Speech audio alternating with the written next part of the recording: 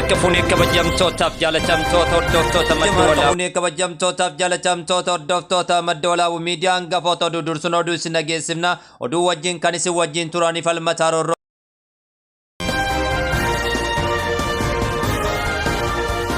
Marka fuunee kabajamtootaaf jaalatamtoota hordoftoota maddoolaa miidiyaan gafoota dursun oduu isin dhageessifna oduu wajjin kan isin wajjin turuu an falmataa roorroo gara maddoolaa miidiyaatiin gafoota oduu isin deebisna godinaalee Harargeetti qonnaan bultoonni jimaa oomishan gabaaf dhiyeeffatan keellaa dangaggoorratti qaraxa humnaa oliirra kaa'uudhaan akka isaan gabaaf hin dhiiganne gatanii jiran jechuudha yaada isaanii dabarfatanii jiran.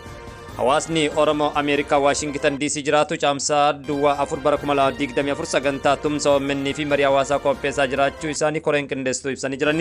Kunniin hangafoota oduutti oduu babal'inaatti isin deebisna hojii wajjin falmataa roorrooti. Godinaalee Harargee qonnaan bultoota jimaa oomishan gabaaf dhiyeeffatan keellaa dangaggoorratti qaraxa humnaa oliirratti taasisuun hiyyummaa fi beelaaf saaxilaa jiraachuu qonnaan bultoonni himatanii jirani. Babal'ina oduu kanaatiif falmatattiin isin deebisa.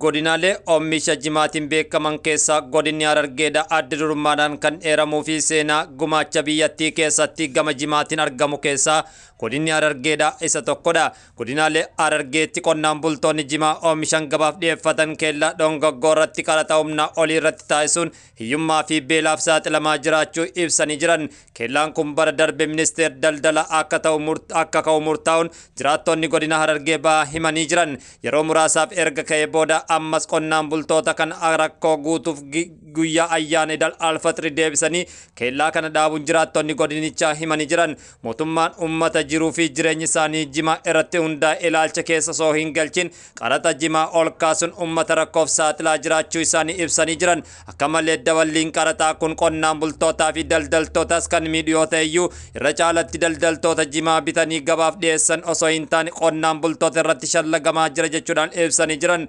Kanaaf qonnaan bultoonni godinaalee Harargee gaagama diinagdee waggoota arfan darban irraa isaan mudate osoo xiqqoo hin dandamatin keellaan kun itti deebi'uun miidhaa ammanan jedhamne isaan dhaqqabsiisaa jiraachuu isaa qonnaan bultoonni Harargeedha ibsanii jiran. Kana maleeyyuu jedhu qonnaan bultoonni mootummaan qaraxa kamuu caalaa oomisha jimaa qofa harka lamaan qaraxuun kun sirrii miti jechuudhaan komatanii jiran.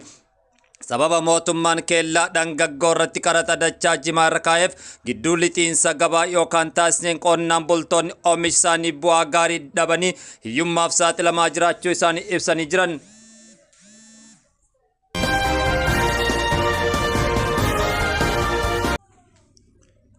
Sababa mootummaan keellaa dangaggoorratti qaraxa dachaa jimaa kaa'eef gidduu lixiinsa gabaa taasiseen qonnaan bultoonni oomisha isaanii bu'aa gaarii dhabanii jiran jechuudhaan ibsanii jiran. Jimaan oomisha Oromiyoota galiif galchan keessaa ala argamsiisan keessaa sadarkaa lammaffaarratti kan argamu waggaa ta'u haa ta'u malee oomisha sadarkaa biyyattiitti galii guddaa argamsiisu kana qonnaan bulaan Oromoo hedduu takka itti dadhabee irraa fayyadamaa dhabuun isaa kun hedduu nama komachiisuudha jechuudhaan yaada isaanii dabarfatanii jiran.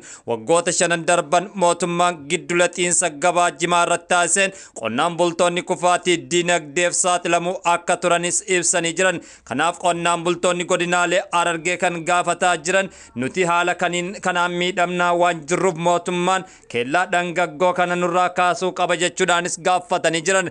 Yeroodhaa yerootti qaala'insa jireenyaatiin wal qabatee qonnaan bultoonni naannawa kana rakkoo ammanan jedhamneef saaxilee jirra jechuudhaan yaada isaanii dabarfatanii jiran. Gabaasa qophaa'eef madda walaaburraa falmataa roorrooti. Hawaasni Oromoo Ameerikaa Waashingtan DC jiraatan caamsaa 4 bara 2024 sagantaa tumsa Oromiyaa Miidiyaa Neetworkii fi marii hawaasaa qopheessaa jiraachuu isaanii koreen qindeessituu sagantichaa OMN ibsanii jiran. Oromiyaa Miidiyaa Neetwork akka sabaatti uummanni Oromoo sagalee ittiin dhageessifatu kan jedhan koreen qindeessituu sagantichaa uummanni Oromoo karaa sagalee ittiin dhageessifatu cimsee tumsuu qaba jechuun dhaammatanii jiran. Hawaasni Oromoo Waashingtan DC fi naannawa ishee jiraatu sagantaa marii hawaasaa fi tumsa OMN kana irratti bal'inaan akka hirmaataniif yaamichas dhiyeessanii jiran.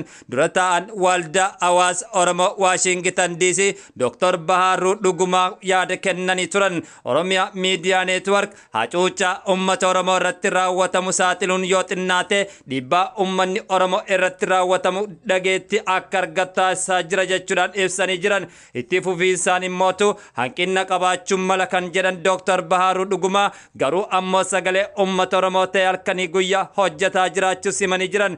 Sagalee keenya kana itti fufsiisuun barbaachisaa jechuudhaanis dhaammatanii jiran. Hojiiwwan Oromiyaa Miidiyaa Neetwork waggootan kurnan darban keessatti hojjete yaaddatan miidiyaan kanatti fufsiisuun dirqama keenya jechuudhaan ibsanii jiran. Obbo Hiree Lammii yaada waa'ee OMN ilaalchisuun kennaniin Oromiyaa Miidiyaa Neetwork qilleensa Oromiyaa bilisoomsuu danda'e jechuun diina guddaa Oromiyaa irraa kan kuffise OMN'if qeerroo Oromooti jechuudhaan dhugaa kaleessaaf ragaa ba'anii jiran. OMN hangafa miidiyaalee Oromoon qabduuti kan jedhan Obbo Hiree Lammii dhiibbaawwan OMN siyaasa Itoophiyaa keessatti uumeen haala salphaa waan irraanfatamuu miti jechuudhaan Obbo Hiree Lammii ibsanii jiran. Qaamonni sagaleen uummata Oromoo akka ukkaanfamu barbaadan OMN saatalaayitii qofarraa osoo hin taane marsaalee hawaasummaa irraas akka badu barbaadan jechuudhaan dhaammatanii jiran. Dr. Baharuu Dhugumaa fi Obbo Hiree Lammii tumsa OMN'if marii hawaasaa Waashingtan DC caamsaa 4 bara 2024 adeemsifamuu irratti uummanni Oromoo DC'dhaa jiraatu hundi akka hirmaatuuf yaamichas godhanii jiran.